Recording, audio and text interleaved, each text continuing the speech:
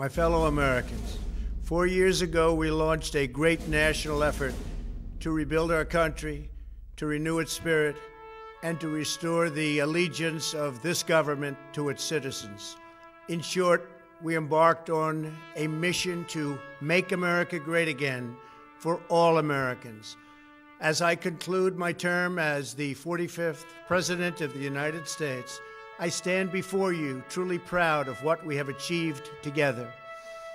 We did what we came here to do, and so much more. This week, we inaugurate a new administration and pray for its success in keeping America safe and prosperous. We extend our best wishes, and we also want them to have luck, a very important word. I'd like to begin by thanking just a few of the amazing people who made our remarkable journey possible. First, let me express my overwhelming gratitude for the love and support of our spectacular First Lady, Melania. Let me also share my deepest appreciation to my daughter Ivanka, my son-in-law Jared, and to Barron, Don, Eric, Tiffany, and Lara. You fill my world with light and with joy. I also want to thank Vice President Mike Pence, his wonderful wife Karen, and the entire Pence family. Thank you as well to my Chief of Staff, Mark Meadows, the dedicated members of the White House staff, and the Cabinet, and all of the incredible people across our administration who poured out their heart and soul to fight for America. I also want to take a moment to thank a truly exceptional group of people. The United States Secret Service. My family and I will forever be in your debt. My profound gratitude as well to everyone in the White House Military Office, the teams of Marine One and Air Force One, every member of the armed forces, and state and local law enforcement all across our country. Most of all, I want to thank the American people. To serve as your president has been an honor beyond description. Thank you for this extraordinary privilege, and that's what it is, a great privilege and a great honor. We must never forget that while Americans will always have our disagreements, we are a nation of incredible, decent, faithful, and peace-loving citizens who all want our country to thrive and flourish and be very, very successful and good. We are a truly magnificent nation. All Americans were horrified by the assault on our Capitol. Political violence is an attack on everything we cherish as Americans. It can never be tolerated. Now more than ever, we must unify around our shared values and rise above the partisan rancor and forge our common destiny. 4 years ago, I came to Washington as the only true outsider ever to win the presidency. I had not spent my career as a politician, but as a builder looking at open skylines and imagining infinite possibilities. I ran for president because I knew there were towering new summits for America just waiting to be scaled. I knew the potential for our nation was boundless as long as we put America first. So I left behind my former life and stepped into a very difficult arena, but an arena nevertheless with all sorts of potential if properly done. America had given me so much, and I wanted to give something back. Together with millions of hard-working patriots across this land, we built the greatest political movement in the history of our country. We also built the greatest economy in the history of the world. It was about America first because we all wanted to make America great again. We restored the principle that a nation exists to serve its citizens. Our agenda was not about right or left. It wasn't about Republican or Democrat, but about the good of a nation, and that means the whole nation. With the support and prayers of the American people, we achieved more than anyone thought possible. Nobody thought we could even come close. We passed the largest package of tax cuts and reforms in American history. We slashed more job-killing regulations than any administration had ever done before. We fixed our broken trade deals, withdrew from the horrible Trans-Pacific Partnership and the impossible Paris Climate Accord. renegotiated the one-sided South Korea deal, and we replaced NAFTA with the groundbreaking USMCA. That's Mexico and Canada, a deal that's worked out very, very well. Also, and very importantly, we imposed historic and monumental tariffs on China, made a great new deal with China. But before the ink was even dry, we and the whole world got hit with the China virus. Our trade relationship was rapidly changing. Billions and billions of dollars were pouring into the U.S., but the virus forced us to go in a different direction. The whole world suffered, but America outperformed other countries economically because of our incredible economy and the economy that we built. Without the foundations and footings, it wouldn't have worked out this way. We wouldn't have some of the best numbers we've ever had. We also unlocked our energy resources and became the world's #1 producer of oil and natural gas, by far. Powered by these policies, we built the greatest economy in the history of the world. We reignited America's job creation and achieved record low unemployment for African Americans, Hispanic Americans, Asian Americans, women, almost everyone. Income soared, wages boomed, the American dream was restored, and millions were lifted from poverty in just a few short years. It was a miracle. Stock market set one record after another, with 148 stock market highs during this short period of time, and boosted the retirements and pensions of hardworking citizens all across our nation. 401ks are at a level they've never been at before. We've never seen numbers like we've seen, and that's before the pandemic and after the pandemic. We rebuilt the American manufacturing base, opened up thousands of new factories, and brought back the beautiful phrase, "Made in the USA." To make life better for working families, we doubled the child tax credit and signed the largest ever expansion of funding for child care and development. We joined with the private sector to secure commitments to train more than 16 million American workers for the jobs of tomorrow. When our nation was hit with the terrible pandemic, we produced not one, but 2 vaccines with record-breaking speed, and more will quickly follow. They said it couldn't be done, but we did it. They called it a medical miracle, and that's what they're calling it right now, a medical miracle. Another administration would have taken 3, 4, 5, maybe even up to 10 years to develop a vaccine. We did it in 9 months. We grieve for every life lost, and we pledge in their memory to wipe out this horrible pandemic once and for all. When the virus took its brutal toll on the world's economy, we launched the fastest economic recovery our country has ever seen. We passed nearly $4 trillion in economic relief, saved or supported over 50 million jobs, and slashed the unemployment rate in half. These are numbers that our country has never seen before. We created choice and transparency in healthcare, stood up to Big Pharma in so many ways, but especially in our effort to get favored nations clauses added, which will give us the lowest prescription drug prices anywhere in the world. We passed VA choice, VA accountability, right to try, and landmark criminal justice reform.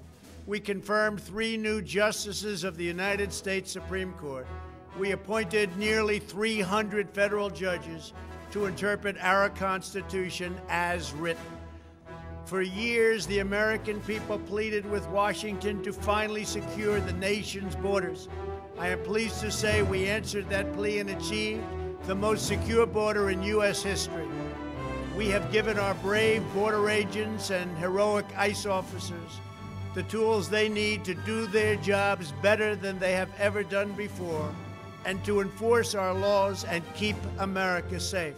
We proudly leave the next administration with the strongest and most robust border security measures ever put into place.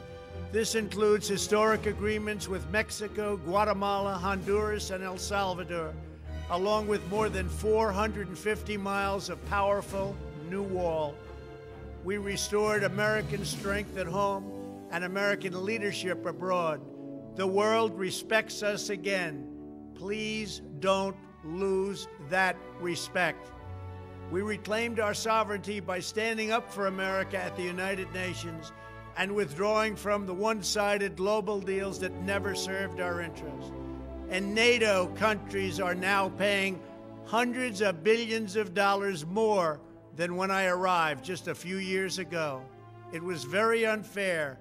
We were paying the cost for the world. Now the world is helping us. And perhaps most importantly of all, with nearly $3 trillion, we fully rebuilt the American military, all made in the USA.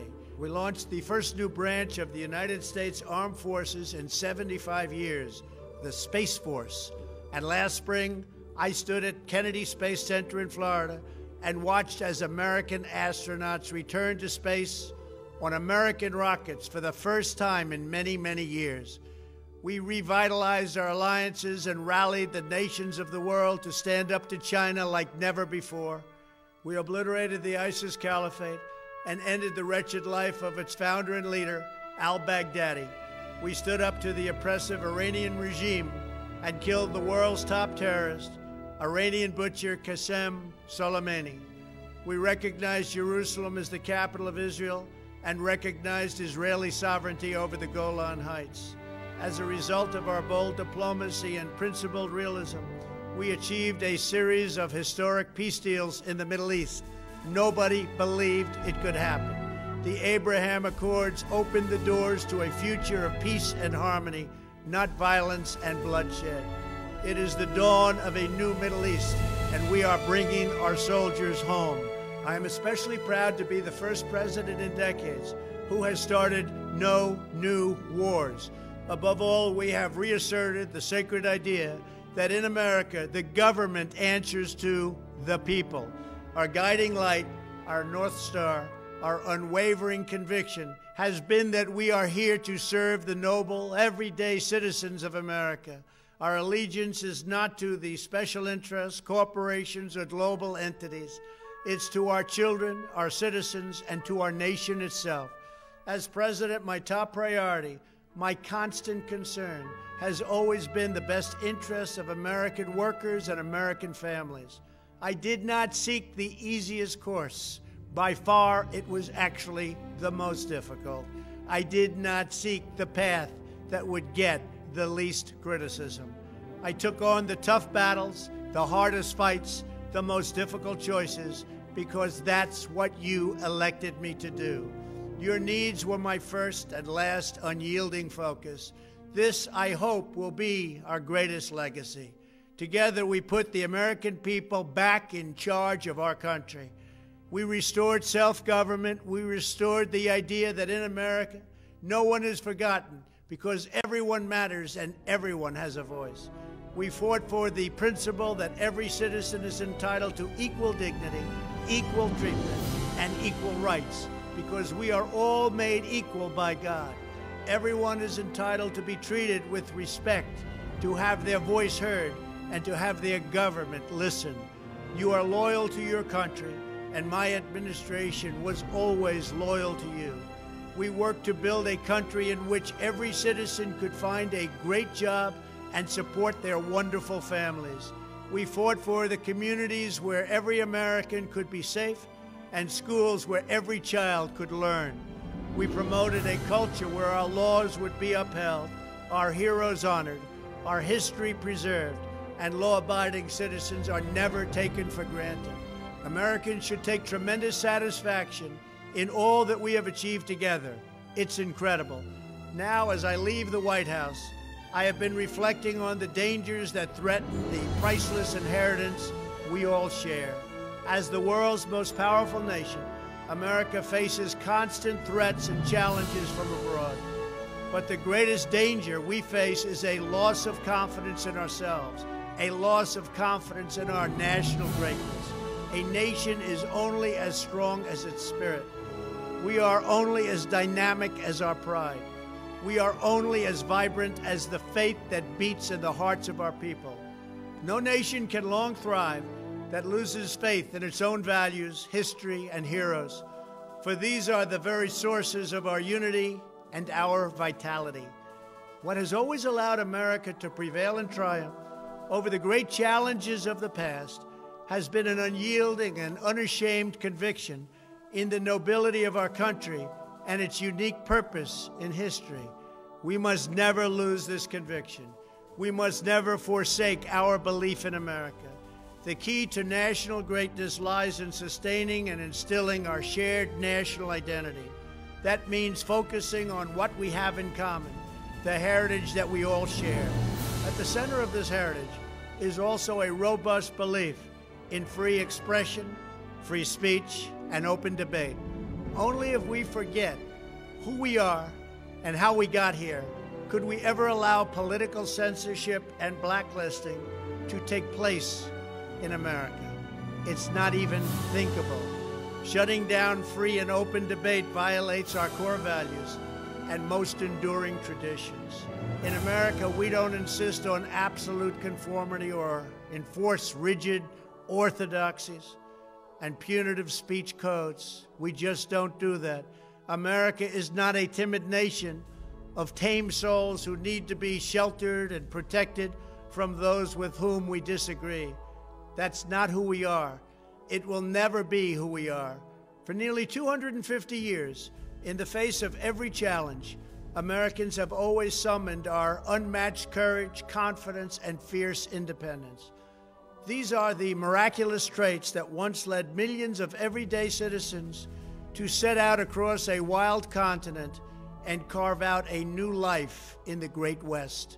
It was the same profound love of our God-given freedom that willed our soldiers into battle and our astronauts into space. As I think back on the past 4 years, one image rises in my mind above all others. Whenever I traveled all along the motorcade route, there were thousands and thousands of people. They came out with their families so that they could stand as we passed and proudly wave our great American flag. It never failed to deeply move me. I knew that they did not just come out to show their support of me. They came out to show me their support and love for our country. This is a republic of proud citizens who are united by our common conviction that America is the greatest nation in all of history. We are and must always be a land of hope, of light, and of glory to all the world.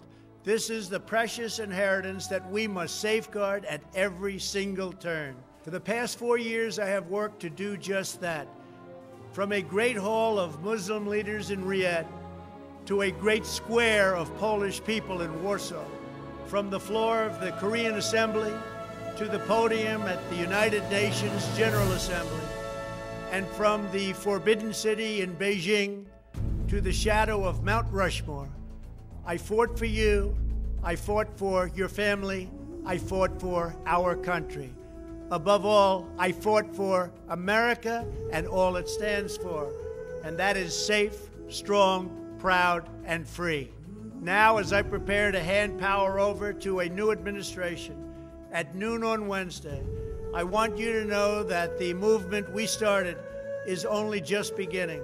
There's never been anything like it. The belief that a nation must serve its citizens will not dwindle, but instead only grow stronger by the day. As long as the American people hold in their hearts deep and devoted love of country, then there is nothing that this nation cannot achieve. Our communities will flourish, our people will be prosperous, our traditions will be cherished, our faith will be strong, and our future will be brighter than ever before. I go from this majestic place with a loyal and joyful heart, an optimistic spirit, and a supreme confidence that for our country and for our children, the best is yet to come. Thank you and farewell. God bless you. God bless the United States of America.